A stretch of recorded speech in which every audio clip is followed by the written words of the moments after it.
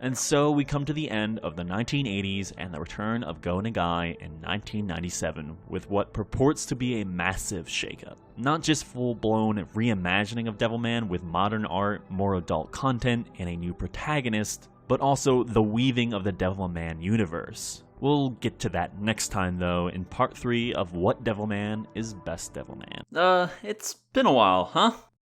An early rise to prominence for Go Nagai, messy beginnings for Devilman, breaking down content barriers, maybe the early outings are not as good as they are influential with missteps like Sympathetic Hitler for example, new life within the hands of new creators, ending tragically short. All this culminating in the promise of a major franchise shakeup with the return of Nagai in the late 90s. This has been the journey through the first 2 parts of our overarching review of one of anime and manga's most influential franchises. The year is now 1997, and much has changed since the time Nagai dominated Shonen Jump and national controversy. He's no longer the spunky kid shaking things up, but the veteran who's been surpassed numerous times over. He returns to the helm of his groundbreaking work. But in a world where Akira, Mobile Suit Gundam, Ghost in the Shell, Studio Ghibli, Berserk, Legend of the Galactic Heroes, Neon Genesis Evangelion, and so many other seminal names now exist. So what can Nagai offer? Hyperviolence, sexual content, and mature topics of war and human nature have been handled far better than Nagai ever had in the past. Now in his early 50s, he's the type of person when folks mention the most influential minds, Go Nagai is in the same breath as Osamu Tezuka, the man who once inspired young Go. Which leaves us on the doorstep of Devilman Lady. Sadly, I think the answer to the question what can Nagai offer becomes apparent rather immediately. The manga opens with a woman scantily clad and lifting weights. Close-ups of her chest, groin, and butt are interspersed with exhausted gasps. By the 4th, it's a mostly magically shrinking tank top with breasts spilling out, nipples poking through, sweat pouring down, and just the very top of a forthcoming... yeah. It's not about the weights or the arms that lift them. It's about the sweaty, enormous boobs. Shortly thereafter, a shot of her behind, then the full reveal of... yeah, hell, there's this panel, just a boob island poking out of the bathwater. The next 15 pages continue on like this, without dialogue, just this unnamed female naked and often in provocative positions. This is, well, I really should have expected this. Nagai took the opportunity of a female lead as an excuse to draw her naked as much as the loose plot allows. This relents finally with a boy pounding on the door, calling for June. Hey, we finally have a name for this person we've been peeping on for 700 panels. As she's getting dressed, the boy peeks in, and we get some excellent dialogue to inform the audience that these two are brother and sister. And this is as tame as Devilman Lady gets in its 17-volume, 65-chapter run from 1997 to the turn of the millennium. Published in Kodansha's Morning Magazine, which is specifically targeted at adult men, the graphic content gets cranked up before very long. Every piece of Devilman we've discussed in this series pales in comparison. June, who is a teacher and former swimmer with Olympic talent, is serving as a high school faculty advisor for the tennis club. She takes the group to a house in the mountains for team bonding, which proves to be disastrous. Demons eat the boys, then rape the girls and June. With the shackles of the 60s and 70s off, at this point Nagai just writes gore porn. Honestly, little about this differs from the most heinous hentai. Pretty much every female character with more than a panel's worth of attention is sexually assaulted, for what amounts to cheap shock value at best and is something for the audience to get its rocks off to at worst.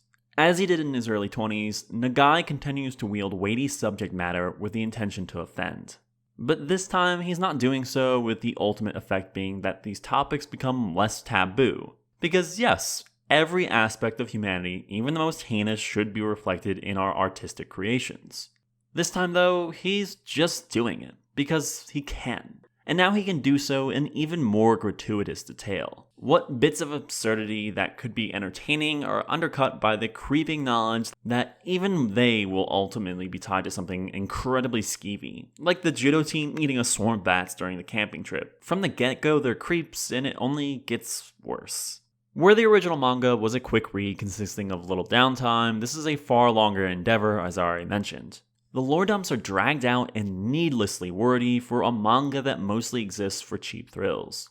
Dialogue exchanges involving any sort of real-world science or history feel less important to the story itself as it does to give a false sense of intelligence to the overall work. Which, by the way, looks really boring the vast majority of the time. Few abstract visuals or compelling layouts, just a consistently boring style littered with speech bubbles which only serve to elongate the already exhausting affair, like this gem. Whenever slums appear in a country, humans begin to naturally transform into beasts and attack other humans.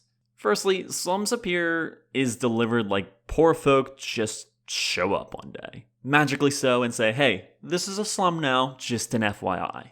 More importantly, this essentially says that when you are poor, you are more likely to become beasts, to kill, to rape, which, yeah. Devilman Lady is a barrage of offensive content, but unlike the original manga, it breaks no barriers and has less thematic depth. Just rape scene after rape scene, because apparently that's the key source of growth for women. June isn't even allowed to be the big hero in her own story, as the original Devilman is brought into the narrative via some time loop shenanigans.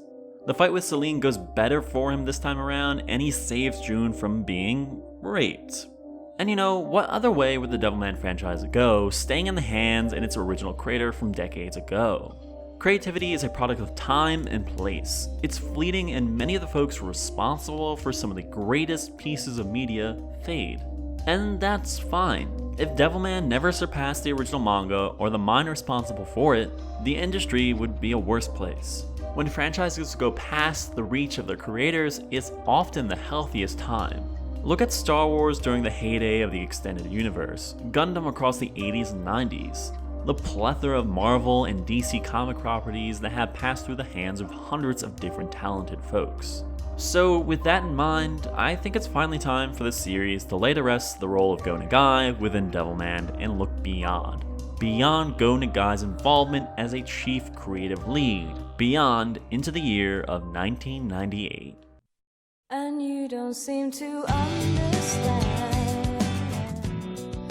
Chances are, if you've been around anime long enough, you are at least vaguely familiar with the opening to Serial Experiments Lain. In 2020, it might be hard to imagine what Lain was saying in 98. In the wake of the mid-90s boom of the World Wide Web, it gave a piercing and terribly real critique of this new technology. How humanity hurls itself into new scientific frontiers first and asks questions of ethical ramifications not second, but years after widespread proliferation. Without fail, we receive reminders of Lain's seemingly prophetic nature every so often. For example, the recent story of a Korean TV program that reunited a mother with her deceased 7-year-old daughter in VR, and that's, well, a really frightening piece of technology. Now extend this out to an online service backed by miles and miles of server racks holding some semblance of each and every one of us. This might sound like Black Mirror's superb episode San Junipero from 2016, but Lain was already asking these questions nearly 2 decades prior. So what exactly does this have to do with the anime Devil Lady? Simple. Serial Experiments Lain's lead writer, Chiaki J. Konaka, was tasked with series composition duties on the anime adaptation of Go Nagai's latest manga. Much like the original Devilman and its anime, this doesn't devoutly follow the manga, as the publication dates of both overlap to some degree, with Nagai's efforts beginning in January of 97 and ending in July of 2000, whereas the anime aired from October of 1998 to May of 1999. Some of the core ideas are taken but twisted. One of the most notable is the protagonist Jun Fudo, who isn't a teacher here, but a model, which fits far better with the themes of body image, specifically women's relationships with such. Asuka, meanwhile, is still a leader in some sort of shady government agency which deals with the burgeoning demon crisis. We still have a demon invasion, a manipulative relationship between leads, and an ample amount of violent and sexual content. But more often than not, certainly more often than the manga, the anime earns it and doesn't constantly overstep. As much as Devilman is called a piece of horror, most entries don't really convince me as such. Often more in line with Mortal Kombat, where the gore isn't to be feared as much as it's there to give some sort of endorphin rush. This anime is absolutely a piece of horror. From the get-go, there's an uneasy tone, a sense that June is being watched, but not by us, by something far more sinister. She's paranoid. She wants to write it off as just carryover from her job as a model where she's always on camera, but there's the very real possibility as a woman that someone is stalking her. The camera often supports this feeling, taking angles that feel like a predator on the prowl. This combines with Jun's low self-esteem, exacerbating the anxiety, all coming to a head when she encounters Asuka, demons, and her inner devil for the first time. Though maybe the best example of this is episode 9, which specifically handles the matter of a stalker and the unease that surrounds the psyche of someone who makes a career out of being looked at. As her demon features become more prominent, it affects both personality and her physical nature. The isolation that results from such, and Jun's inability to open up, even to those she holds most dear, is taught, and it's kind of like Perfect Blue, though certainly not on the same level. Jun is disgusted with herself, uncomfortable in a body that doesn't feel like her own. There's a duality and contradiction to her self-image mixed up with how others perceive her, and it makes her an immediately compelling lead. Her unrelenting anxiety of selfhood, the nervous feelings that she and everyone she cares for is being hunted, builds into a bleak affair. In episode 2, Jun is sent to covertly snuff out a demon, and we don't get someone impressed with their new powers, or even regretfully accepting their duty to protect humanity. She's just shocked, and horrified of what she morphs into, and the violence she can inflict, of the knowledge that those she's tasked to kill are just unfortunate souls like herself, less capable of controlling their demon nature. Episode after episode, things only get worse. Every demon is more difficult to kill than the last, not only because they're physically stronger, but appear more and more human to Jun, become more relatable. Early on, she encounters an old friend from high school, who she has an uncomfortable past with. She aggressively made a move on Jun in the locker room, and this is where the franchise's often subtle or tertiary queer elements come far more to the forefront. It's not that Jun didn't have feelings for this girl in the past, but that back then she was still coming to understand her own sexuality. Asuka is outright flirtatious with Jun and does so to manipulate her at times. Meanwhile, Jun's friend in the modeling business, the younger high school girl Kazumi, doesn't only look up to Jun as a fellow model, she has a crush on her. Though given the tragedy that runs through the veins of Devilman, all three of these relationships play with some common tropes in queer fiction.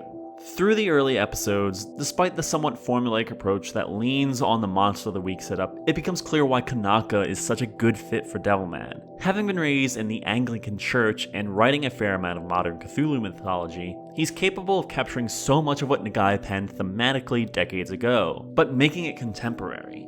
Though unfortunately, there is much about Devil Lady that doesn't stray far enough from its roots. Handling the matters of gender and the fluid nature of it, in a way I'd not blame anyone for being turned off. If you're familiar with the series' tropes, especially around Asuka, then you may know what I'm referring to.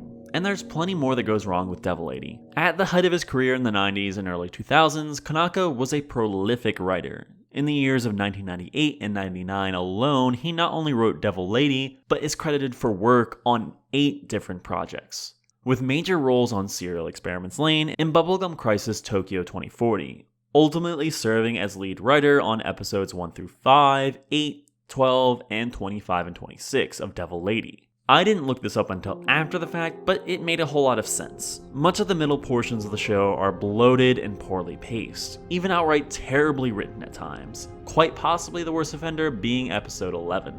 With ham-fisted moralization so bad that it made me question if I wanted to continue watching. The Demon of the Week format gets rather long in the tooth at this point, and just goes all the way off the rails when the fight stops so said demon can tell Jun the moral of the episode, then breaking the oppressive tone for an incredibly goofy and out-of-place parting line. And we haven't even addressed the crude visuals. Yes, as I've mentioned, the direction and composition sometimes carry the presentation, but this isn't a pretty show. Animation is limited. Stiff close-ups that repeat ensures that fights lack tension. An abundance of cost-saving measures from start to finish.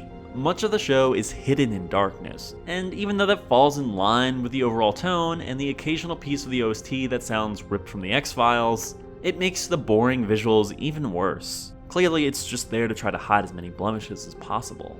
The big kaiju-esque fights are just barely saved by Toshiyuki Watanabe, who flexes his history with the genre to good effect. One thing is clear at this point.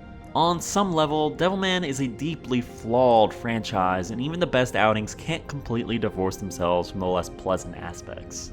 For every moment, Devil Lady is anti-American interventionism, a move that modernized the franchise's inherent stance against war. It trivializes violence on the most vulnerable characters. For as well as it handles how Asuka callously tells Juna not to worry about the demon's former human families because they're likely the first victims, it still resorts to cheap shocks. Devil Lady still includes Akira, but doesn't force him into a major role. However, June is still often portrayed as a meek female. I do think the show comes back around towards the end. This isn't a world going up in flames, or being wiped clean of all life in a matter of days. It's an arduous decline.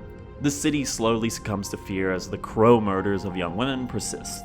An authoritarian government takes control and uses quarantine measures not only to limit the spread of the demon gene, now known to exist in all humans, but to violently quell their existence. It matters not to them if these new devil humans are peaceful, they're different, they're change. In that fear of change, fear of outsiders, Devil Lady captures how ugly the human race can be, how willingly self-destructive we are. It's hyper-cynical, but through every era, every decade, there are horrific events that make it seem like we'll never learn, never improve, doomed to be more complicit in our own demise than any plague, meteor, or alien invasion could ever be.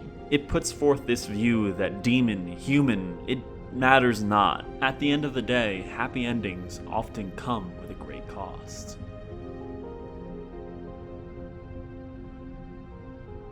I'm really happy to get back to the series, planning to wrap things up with a part 4 later this year. If you'd like to ensure such is possible, the best way of doing so is supporting me on Patreon. For $1 a video, you get access to some bonus writings, where I talk through my anime and manga backlog, write some traditional reviews, and whatever else doesn't warrant the efforts of a full video. Plus your name will be displayed here like all the fine folks who are already donating. To everyone who has supported me in any capacity, I say as always, thank you.